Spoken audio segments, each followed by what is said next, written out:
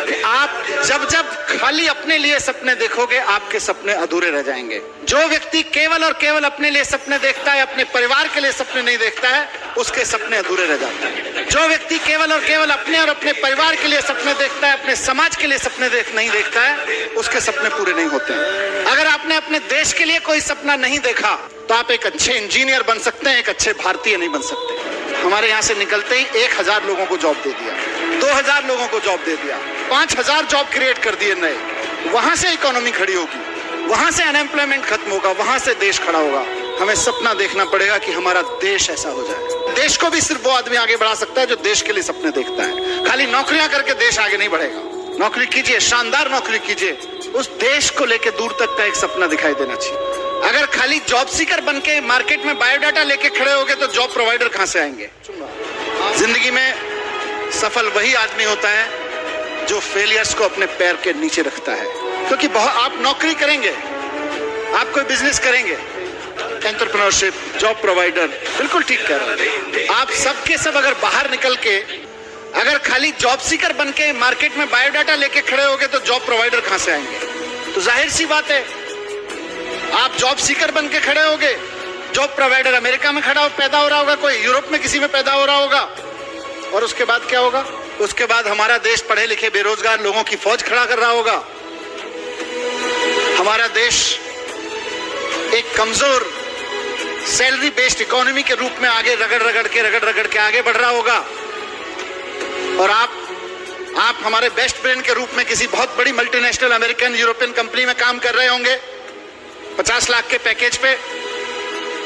भारत के हिस्से में, भारत की अर्थव्यवस्था के हिस्से में अगर कुछ आ रहा होगा तो ज्यादा से ज्यादा 50 लाख का आपका पैकेज आ रहा होगा, इससे ज्यादा नहीं है। और आप जो प्रोडक्ट बना रहे होंगे, आप माइक्रोसॉफ्ट में काम कर रहे होंगे, माइक्रोसॉफ्ट में वो बनाया हुआ आपका प्रोडक्ट अमेरिका में कोई खरीद रहा होगा, जापान में कोई खरीद रहा होगा, यहाँ तक कि हिंदुस्तान में भी कोई खरीद रहा होगा, तो उसका प्रॉफिट अमेरिका को जा रहा है। इसलिए मैं कह रहा हूं कि आप जॉब प्रोवाइडर बनेंगे। आप जॉब प्रोवाइडर बनेंगे, आप एंटरप्रेन्योर बनेंगे तो देश की इकोनॉमी आगे बढ़ेगी। अगर आप जॉब सीकर बनेंगे तो देश की इकोनॉमी जॉब सीकर्स की इकोनॉमी बनेगी। पब्लिक रिप्रेजेंटेटिव होने के नाते मैं देश की अपेक्षाएं आपके सामने रख रहा हूं। इस देश ने आप में इन्वेस्ट किया, इस देश ने आपकी एजुकेशन में, आपकी ग्रोथ में, आपके शानदार इंस्टीट्यूट में इन्वेस्ट किया। उसके बदले में आप देश को कम से कम एक सपना तो दीजिए। और मैं आपकी आंखों में चाहता हूं कि ये सपना जाए। मैं स्कूलों में जाता हूं, 12वीं के क्लास के बच्चों से बात करता हूं, आप में से कौन कौन लोग नौकरी करना चाहते हैं? 99% बच्चे मुझे कहते हैं जी हम बड़े होकर नौकरी करना चाहते हैं।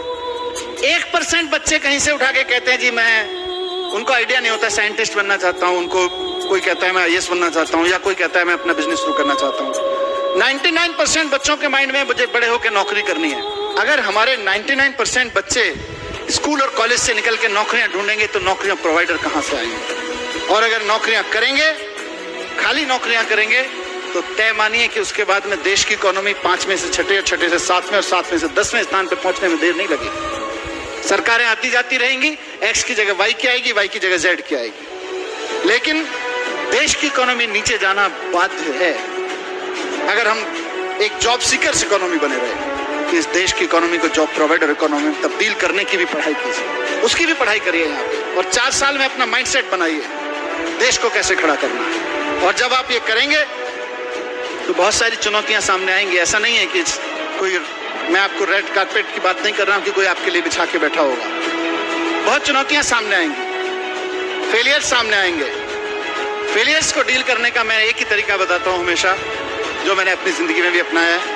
आप बहुत बार फेल होंगे, एग्जाम में नहीं, आप बहुत सारी चीजों में बहुत बार फेल होते हैं। अभी मैं आपसे बात कर रहा हूं, मैं आपसे किसी आवाज में बात करना चाहूं, हो सकता है मेरा गला साथ ना दे, मुझे प्रेशर करके फिर से आवाज निकालनी पड़े, ये भी मेरा एक फेलियर था। आप यहां से बाहर जाएंगे, मेट्रो आपको पकड़नी हो सकता है, एक मेट्रो आपसे निकल जाए, आप दूसरी मेट्रो पकड़ते हैं। किसी भी चीज में आप फेल हो सकते हैं। नॉर्मल कोर्स में आप फेलियर के साथ, आप और हम क्या करते हैं, हम फेलियर के एक्सपीरियंस को पैर के नीचे दबाते हैं और उसके ऊपर चढ़ के आगे बढ़ जाते हैं। जिंदगी में सफल वही आदमी होता है जो फेलियर्स को अपने पैर के नीचे रखता है, जो फेलियर्स को पैर के सर के ऊपर रख के चलता है। वो एनएसयूटी की डिग्री और सबसे बड़ा पैकेज होने के बावजूद पंखे से लटक के आत्महत्या कर लेता है। सफल वही हो सकता है जो फेलियर्स को पैर के नीचे रखना सीख जाता है, और उसकी नियति असफल होने की है जो फेलियर्स को अपने सर पे रख के घूमता है। तो यहाँ 4 हर साल आप बहुत कुछ नया करेंगे, आउट ऑफ द बॉक्स करेंगे, ऐसी मैं अपेक्षा रखता हूँ।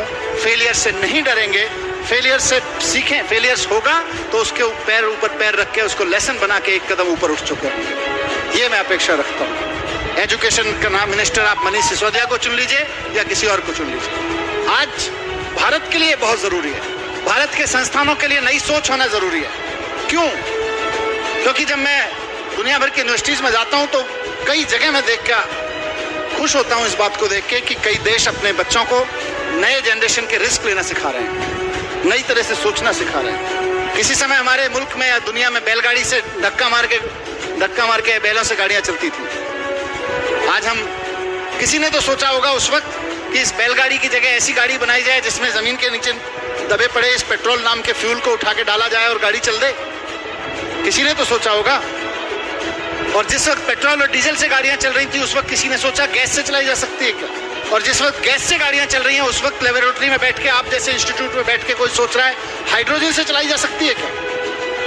और जब हाइड्रोजन से चलने वाली गाड़ी बन जाती है और मीथेन से हाइड्रोजन निकाल के हाइड्रोजन को चलाते हैं, गाड़ी को चलाते हैं, तो उस वक्त जापान की क्योटो यूनिवर्सिटी में बैठ के एक प्रोफेसर और उसके 10 स्टूडेंट, मैं गया मिला उनसे, जापान की क्योटो यूनिवर्सिटी में बैठ के 10 उनके स्टूडेंट्स और प्रोफेसर बैठ के खोज कर रहे हैं, यार ये मीथेन से हाइड्रोजन निकाल के तो गाड़ी चला ली, अच्छी बात है, क्या पानी से हाइड्रोजन निकाल के गाड़ी चलाई जा सकती है? सोचना पड़ेगा, नया सोचना पड़ेगा। अगर हमारी यूनिवर्सिटीज इस तरह के चैलेंजेस को सोचने का चैलेंज नहीं लेंगी, नए सोचने का, तो भारत दुनिया की टेक्नोलॉजी को खरीदने पे बाध्य रहेगा। आप सोचिए ना, मैं उस दिन क्योटो यूनिवर्सिटी में खड़ा हुआ उन प्रोफेसर साहब से मिल रहा था, उन बच्चों से मिल रहा था, और वो कह रहे हैं कि 5 साल के अंदर अंदर हम पानी से हाइड्रोजन निकाल के हम गाड़ी चला के दिखा देंगे। बड़ी चीज है। उसके बाद हम क्या कर रहे होंगे? हम उस टेक्नोलॉजी की कीमत चुका के उनसे गाड़ियां खरीद रहे होंगे। यही काम काश हमारी किसी यूनिवर्सिटी में हो रहा होता। फिर जापान के लोग सोच रहे होते, अमेरिका के लोग सोच रहे होते, यार भारत इसको खोज कर ले तो हम इनसे टेक्नोलॉजी खरीद लें। तो हमें सिर्फ बड़ी बड़ी कंपनियों के लिए एम्प्लॉयर्स नहीं देने, हमें इस देश को नया सोचने, नई खोज करने वाले, नई हिम्मत रखने वाले लोग भी देने हैं। पब्लिक रिप्रेजेंटेटिव बन के आया हूँ, लीडर हूँ, मिनिस्टर हूँ, इन सारी चीजों में मेरी जिम्मेदारी बनती है कि जब मैं आपके लिए करूं, सरकार आपके लिए यूनिवर्सिटी बनाए, सरकार यूनिवर्सिटी में इन्वेस्ट करे पब्लिक के पैसे को, तो सरकार बदले में मांगे भी। ब्रेन सेंसिंग से लेके सारी चीजों पे इतना सब काम हो रहा है दुनिया भर में, एआई से लेके जितने भी, अब तो आर्टिफिशियल सुपर इंटेलिजेंस का जमाना आ गया, एआई तो पुरानी हो गई। तो इन सब में कैसे हम आगे लेके चलें, कैसे हम वहां जाके खड़े हों कि दुनिया हमारी तरफ देखे।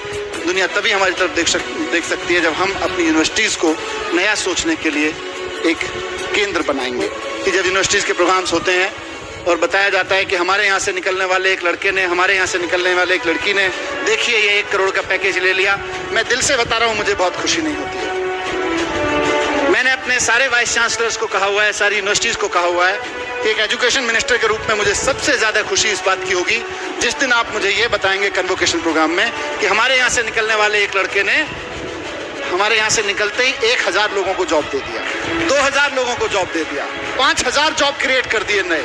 वहां से इकोनॉमी खड़ी होगी, वहां से अनएम्प्लॉयमेंट खत्म होगा, वहां से देश खड़ा होगा।